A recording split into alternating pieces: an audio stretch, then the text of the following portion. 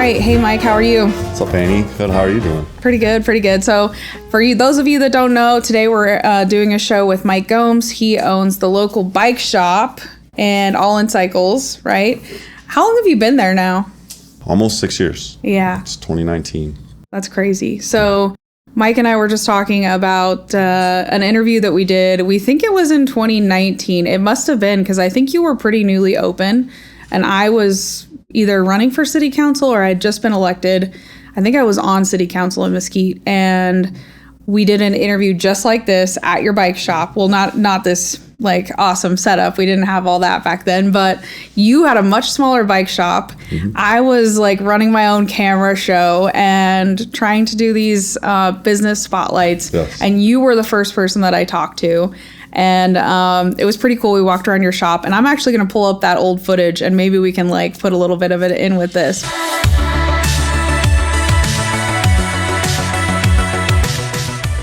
This is actually my first spotlight on small business, and we're both kind of nervous, but I think it's going great so far. I just thought it was funny that we're kind of both coming full circle. You're crazy, like your shop's blown up, and I think it's grown a whole bunch, right? You moved into a bigger space, and so tell us a little bit about how business is going. Yeah, and I do appreciate you being always an advocate for businesses and stuff like that. Small businesses, these things do make a big impact, and even having that mindfulness and doing those little interviews and having that little thing to refer back to. But yeah, the bike shop was we expanded about a year ago. I think the cornerstone of our shop is mostly our customers, because we do like free service for life, that you just buy a bike from us and we'll do the service for you. Roadside Assistance, so we'll pick up your whoever, and if they're out there with a flat tire in the middle of the road or the middle of the desert. So that's been the biggest factor contributing for us to be able to grow and then give back to the community, which is kind of nice. And but growth comes from the more people you help. I think it's just trying to have that whole thing. That's probably why you've grown too, because that's your cornerstone as well, it seems like.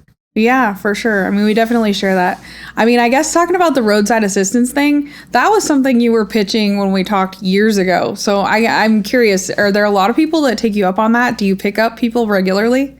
Yeah, it's kind of the people that we do pick up, obviously, they're pretty dire straight when they do make that call, or just avoiding, 2-mile trek or something. But yeah, there's been some unique scenarios. We've had one of our bike mechanics was doing like a long distance trip on his bike up to Vegas, and someone called us for sealant in the middle of the mountains, and we like coordinated for them to like kind of intersect and deliver. So we've had some pretty interesting customer service, like going above and beyond little situations. But it makes those are the scenarios, those are the memories that you remember the most, I think.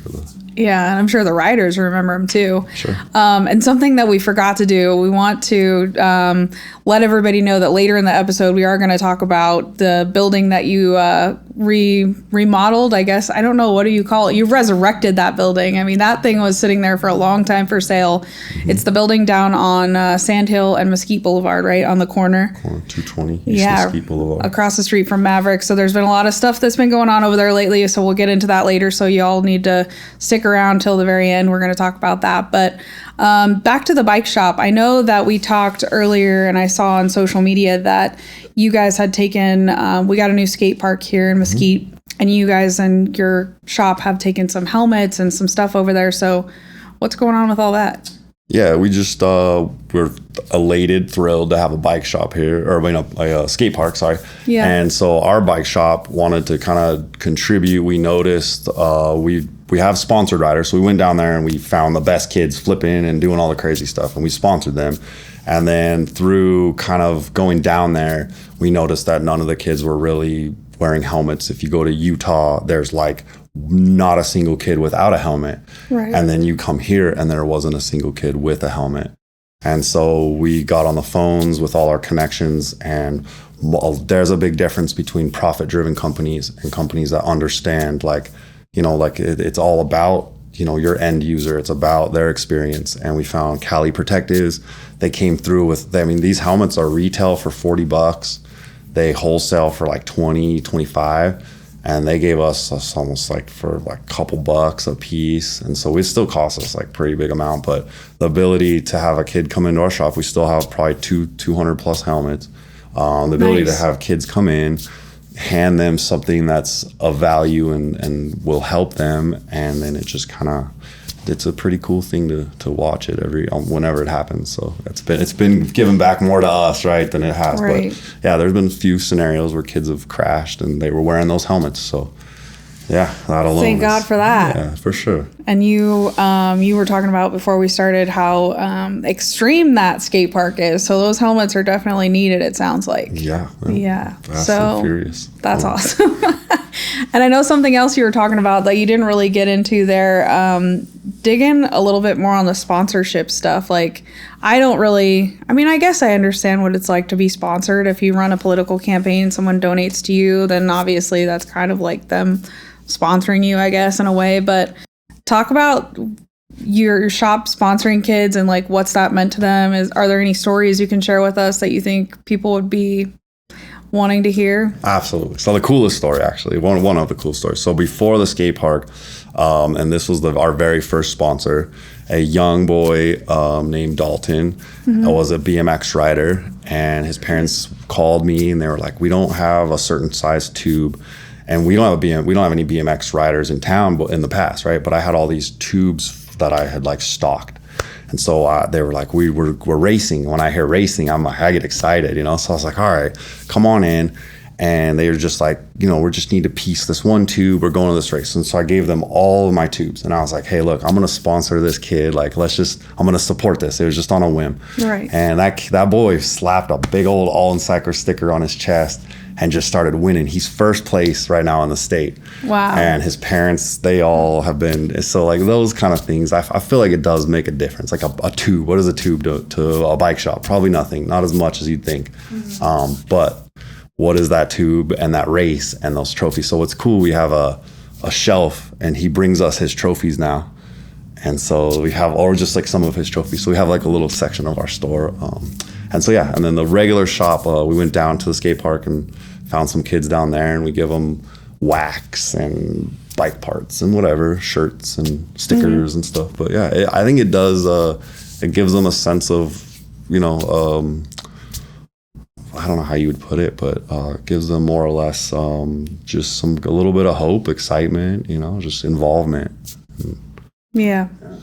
I'm sure it gives them a lot of confidence. I mean, it's got to be incredible to be, how old do you think these kids are? How old's Dalton roughly? 8, 9. Yeah. So like I'm 8, 9 years old and I'm out here riding and somebody's sponsoring me. So now I'm like, I'm thinking I'm pretty cool, right? Taking it serious. Yeah. It's like getting up and yeah, exactly. You train a little harder. And I think that does later in life when life's hard and you need to be more structured. Those are the moments, the confidence builders and stuff, the core memories that you rely on. Yeah, builds on your love of something, and then your love turns into a commitment. That's a long-term thing, right? You got to have that foundation going on. The passion first, yeah, right. That's true. So speaking of passion, you're a long-term, I don't know. I mean, I don't really know your background, but obviously you've been into biking because you started the shop. But then I know you've done triathlons. I've seen you on social media. I follow your accounts. So how'd you get into all that? And what's a little bit of your backstory? How'd you come to be a bike shop owner? Like, what's your background?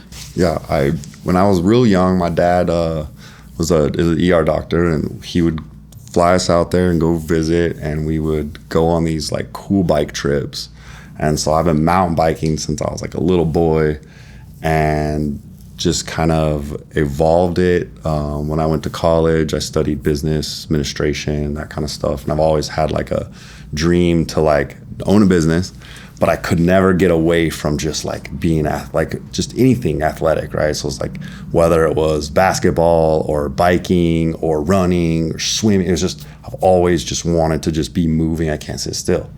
And so then, yeah, it was just a natural progression. Started biking when I was in school, like in college, and I was just be doing like these And Vegas is like really set up for mountain biking, road riding. Oh, cool. Yeah, so I guess a lot of people do like the loop and stuff like that. Is that where you're in Mount Charleston? Where do people ride there? yeah, there's all kinds of groups. One of the funnest things I did was mountain bike night riding. And you're talking like these 60-plus-year-old guys. They are fit and fast, and just to try to keep up with the train. So like you don't know where you're going, where you are. Crazy. It's just a light train, and you have to finish that climb, and so they'll wait for you and stuff. But your lights can't die, so it's a fun little 2 hours of power. By the end, you're barely seeing where you're going. Yeah, so Vegas is a really cool scene. St. George is a really cool place too. So we're like surrounded by all these really cool. I encourage anybody that wants to do track, like any kind of sports, like just sign up for these races. Go out there. The people putting these races on,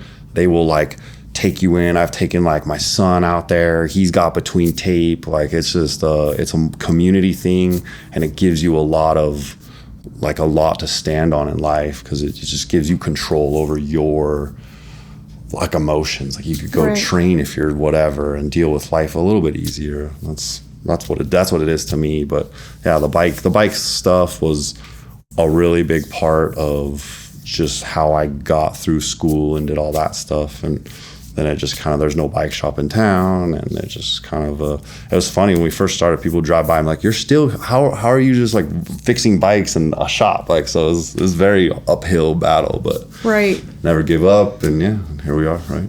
I guess that's a natural progression into something else we talked about a little bit earlier, which is business, and especially business in a small town. It's not like you're in Vegas or you're in St. George where you have millions of people to be potential customers.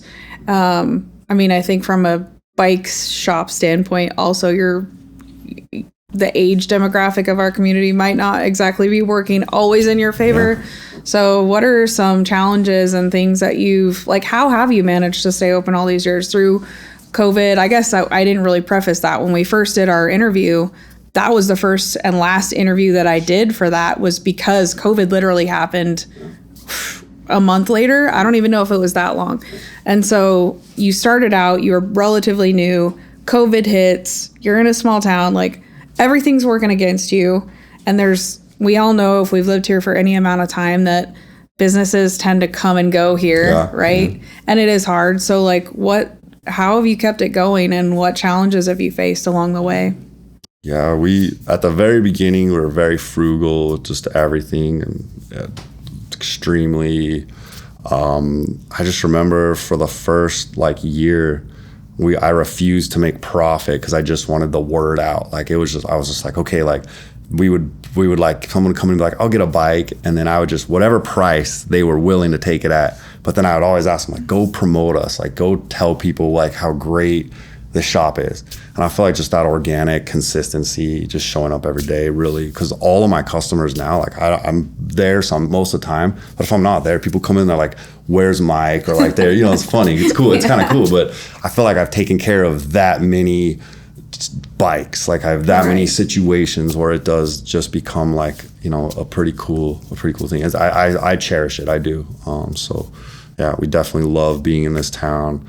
And whatever challenges come, you find like, okay, like lumber jumps up in price. Well, like it comes back down. And so you just always want to kind of, tubes have gone up in price. They're old petroleum-based products, stuff like that. So the tariffs and stuff, you just take it with stride and day by day. But the small town has its perks, because we're more or less kind of sheltered from those big swings and stuff. We're just a little more, it's kind of just doing our own thing. Yeah, and if you take care of your customers, obviously, like Sun City, like they are loyal, like, and they will love you, and they will promote you, and just that's the coolest part about Mesquite. Just I would say that the challenge is the beauty of it. Is that once you show that you're genuine, then it's just a matter of being consistent after that. Yeah. So it sounds like the name of the game is be able to hang with it when the going gets tough, because it will ebb and flow, right? Sure. It always does. And then from an outsider looking in, it seems like what you're talking about right now, one of your big attributes is that you're really plugged into the community, and you're always kind of looking at, it from your business from a giving back standpoint. And it seems like you've given enough out that people are reciprocating that. It's a reciprocal relationship that you've built with the community. Exactly. And you're something like that I think you brought up earlier and you wanted to talk about was the Facebook page. Is the Sunny Side of Mesquite? Yeah. So I had a good friend that is a brief friendship, man. It's unfortunate. Dave Lusader was a gentleman that moved here a couple months ago, tragically passed. But before he passed, me and him, he was one of the guys that was there. Because when you only have so many hands, right? You've got to do all this production and stuff. So it's he was always there taking pictures for me, and he unfortunately lost his life. He just had a heart attack and died. But before then, we were kind of like, that was like our thing. We were advocates for it, and yeah, just having someone like that was pretty. Lost my train of thought. No, you're good. Sorry, but yeah, that was. You're good. But yeah, so Dave was a big part of all of that. Him. The Corvette, like he left me his Corvette, like was a pretty neat little thing, but that also spins up the platform to be able to do more good stuff. So right, yeah, so it's kind of turned out to be a just a whole new thing. So the pages, he had these like free speech page for Mesquite. Mm-hmm. He had me and him developed the Sunny Side. The intention was to positive thoughts, happy things, to just keep people happy and positive. Right. And then there's the Mesquite Senior Nevada Consumers. So we look for businesses that want to promote discounts for seniors. Nice. And then they get a little heart sticker and they put it on their door. So yeah, those pages are actually they're integrate to the business side, but they're also the intention. Again, it's the same thing. It's just to try to help give back, to put out positive messages. It takes some work, and it takes some forethought. Like you have to be like, what message do I want to put out there today? But pressure is a privilege. And that means that you got to show up. Like that's it. So we're showing up. That's really cool. So you're running all those pages then? I'm a moderator on like 5 or 6 of them. Yeah, even the Corvette crew, like we're supposed to meet on like Saturdays and stuff, but my Saturdays have been pretty busy. But yeah, there's like a Corvette club, Mesquite Corvette club too. I had no idea. Yeah. I think I'm on the free speech, the Sunny Side, and maybe the senior one, but I don't. Man, there's so much going on social media. It's hard to keep up with everything. It is. There is a lot. Yes, you're right. But I definitely see the value in it. It's really cool in a small town too, because you just see a lot of the same people. You already kind of know a lot of the people, so I don't know. It's the hats. Like if you were in anywhere else, how you wouldn't even know what the workings were of the, like what's going, how the city, like the city council, all the things, right?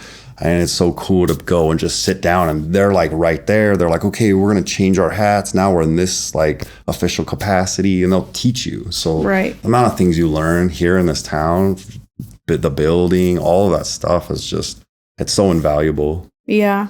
And I'm sure you see probably, I mean, I'm meeting a lot of people that I talk to that come from all different backgrounds, but I'm sure you're doing the same. I mean, I think the kind of nature of this town is you have so many retirees, which makes it so interesting because they're coming from all over the world. Dude, yes. And all different backgrounds. Stories. Yeah. Crazy stories. And that's a lot of the reason why we thought that a show like this would be cool, because, we have people like you and me that are still working, but then you also have all these people with just, I don't know, unlimited stories. With such a small community, there's so much wealth of knowledge.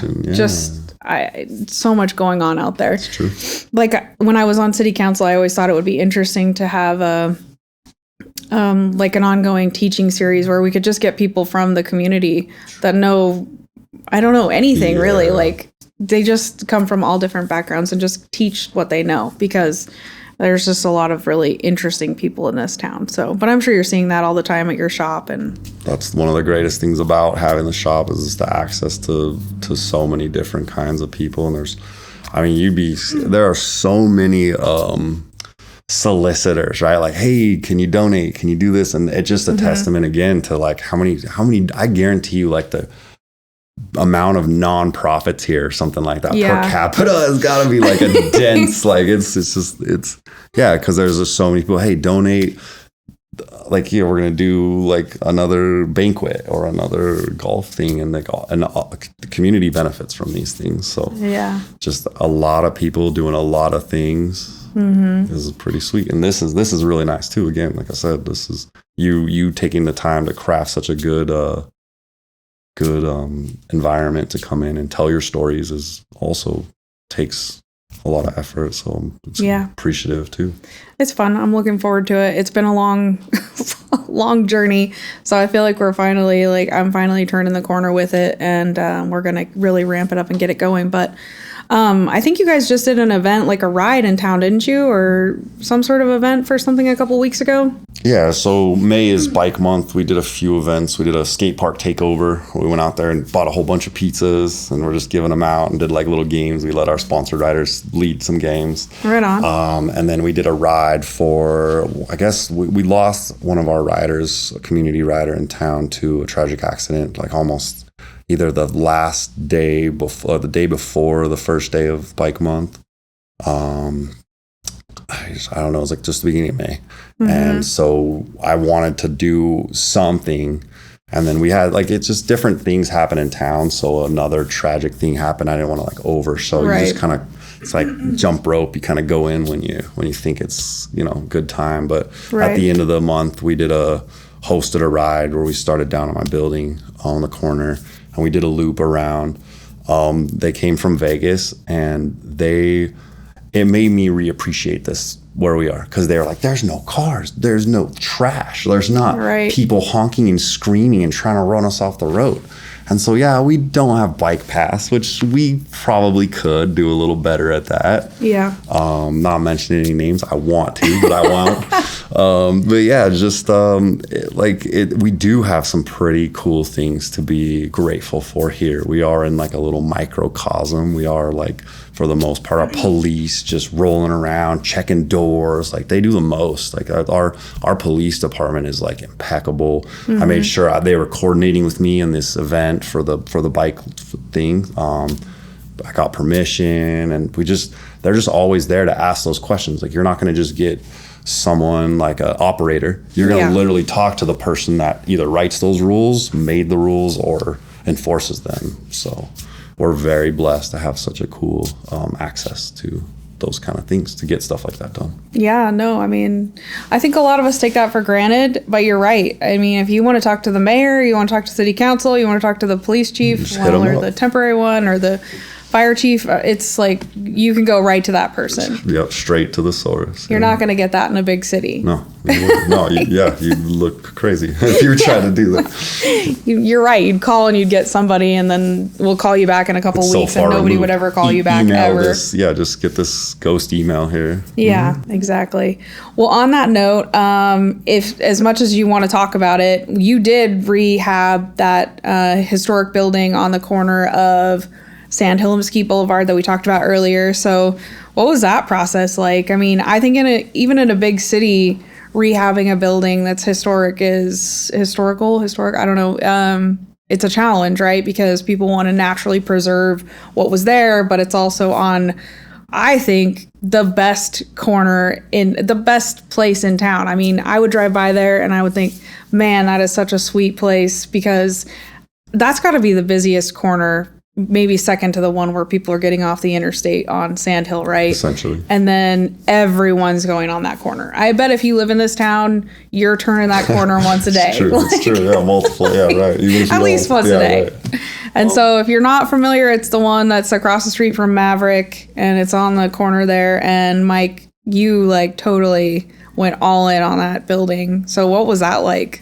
Yeah, well, at first, it was a home at first with several businesses that were in it. So, like, the cross section of the floor was like probably like, I don't know, 10 layers of different 100-year-old floor, like for 100 years of different floors. And there was asbestos. So again, I took it as a learning experience. But when I first started, I'd close my shop and I would go down there and just try to figure it out. And it was very delicate, because you don't want to remove things incorrectly, and we tried to preserve as much as we could. The trees were hard; they were hollow and dead. Like the fence, everything was pretty much a just demolish and rebuild. But we kept the walls, and I think the cool part is if you look at the building, the walls are like 5 feet thick because 2.5 feet of that is the adobe bricks. Right. And so yeah, it was definitely long standing and tedious. But each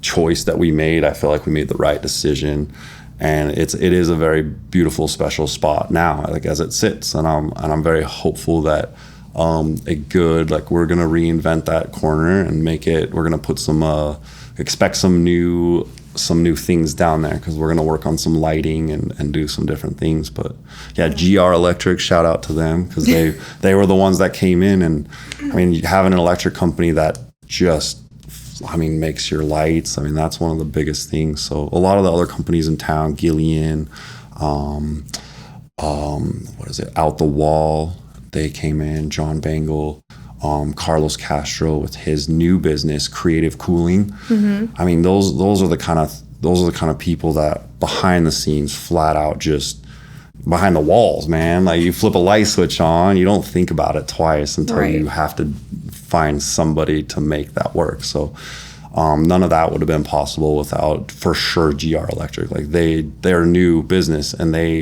that's what our builder, the intention was to try to showcase the skill set. And GR, man, they did the lights. We have plugs in the floors on the offices upstairs. There's 4 offices, and each one is climate controlled individually. Nice. Yeah. So that's a really new company. But they are very, very professional. They've already got their vans, their cars, their websites, and everything. So I try to help them promote too a little bit on Sunnyside. So that's cool. Yeah. What's the process? Was it difficult with the city? Were there a lot of rules?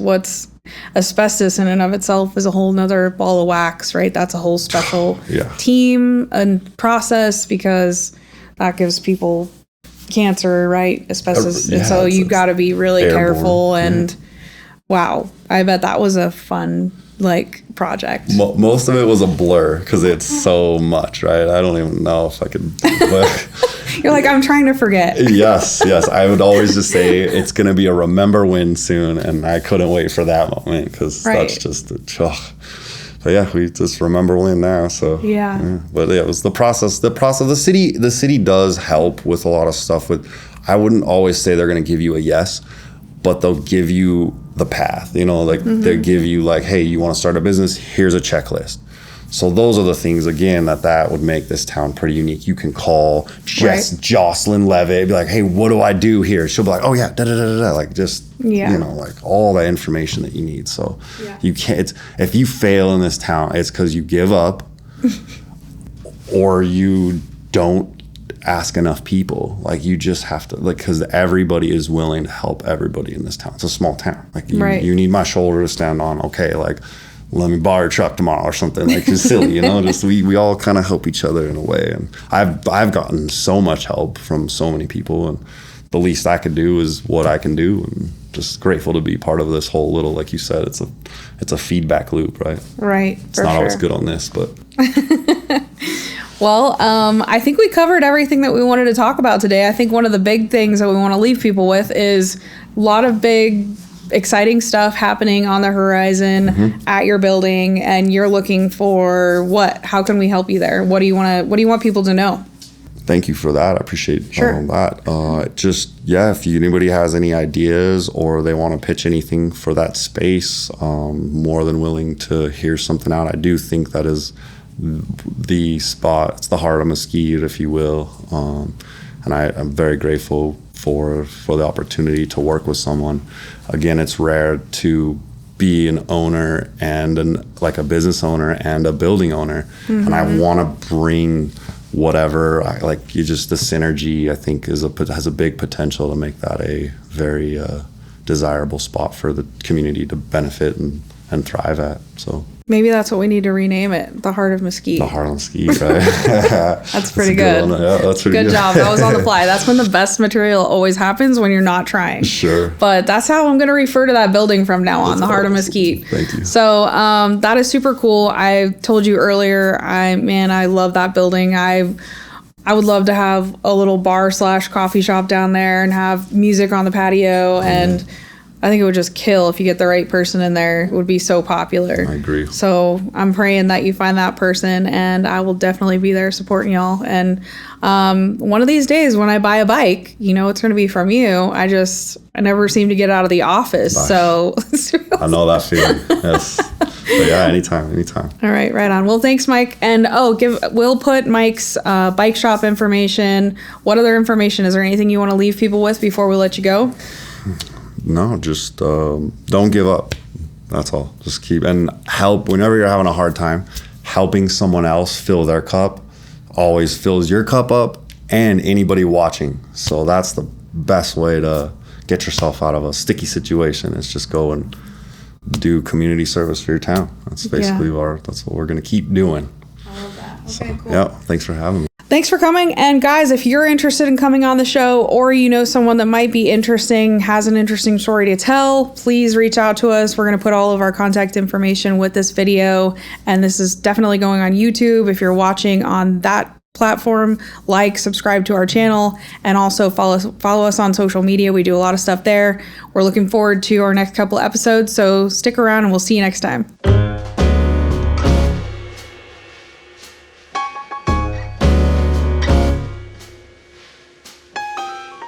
How's it going? Pretty good. How are you? Doing great. I'm Annie. Yeah. Nice to meet you. Me too. That's GR. Hi. Oh, cool. Is this the space you were in? You just blew it out?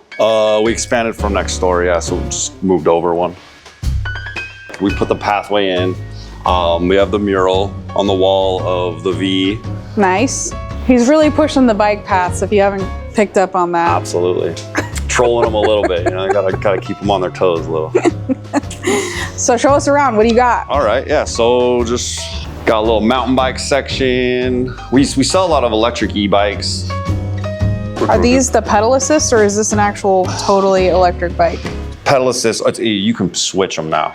You can totally dial them in and customize the experience, the throttle points and stuff, how much power you get in each Sweet. band. Yeah. You guys sell a lot of these? We do, yep. And then there's the helmets right there.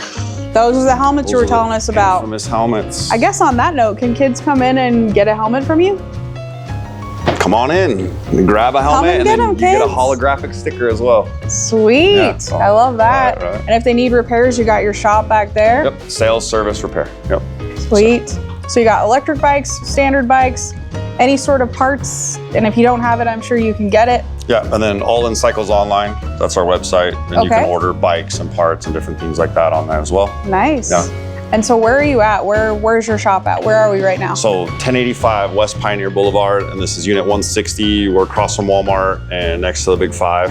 And then we also do rentals. So we have full day rentals, half day rentals, and we rent by the hour, $25 an hour with a 2-hour minimum. And it's like $120 for a day, something like that. Love it. Yeah, our prices stay the same, so it's a lot of fun. All right, cool. Is there anything else you guys want to tell us about the shop, or anything people should know about what you guys are doing up here? No, but if you do stop into town, this is a good hub. So a hub to stop into, because we are pretty well versed on local laws, and then places to ride, and even how to track your metrics and stuff. So nutrition, anything you need. Perfect. Yeah, that's a good point. We're probably going to have people that are watching the show that are not from here. So he's right. If you're from out of town, you're into biking, at least just come out and check out the shop, say hi to Mike. And if you need anything, I'm sure he'll take really good care of you, because that's the name of the game when it comes to Mike and the bike shop. So, all right. Well, thanks for having us. Thanks again, Annie. We'll see you next time. All right. I'll see you. Cool. Boom. You guys are nailing that.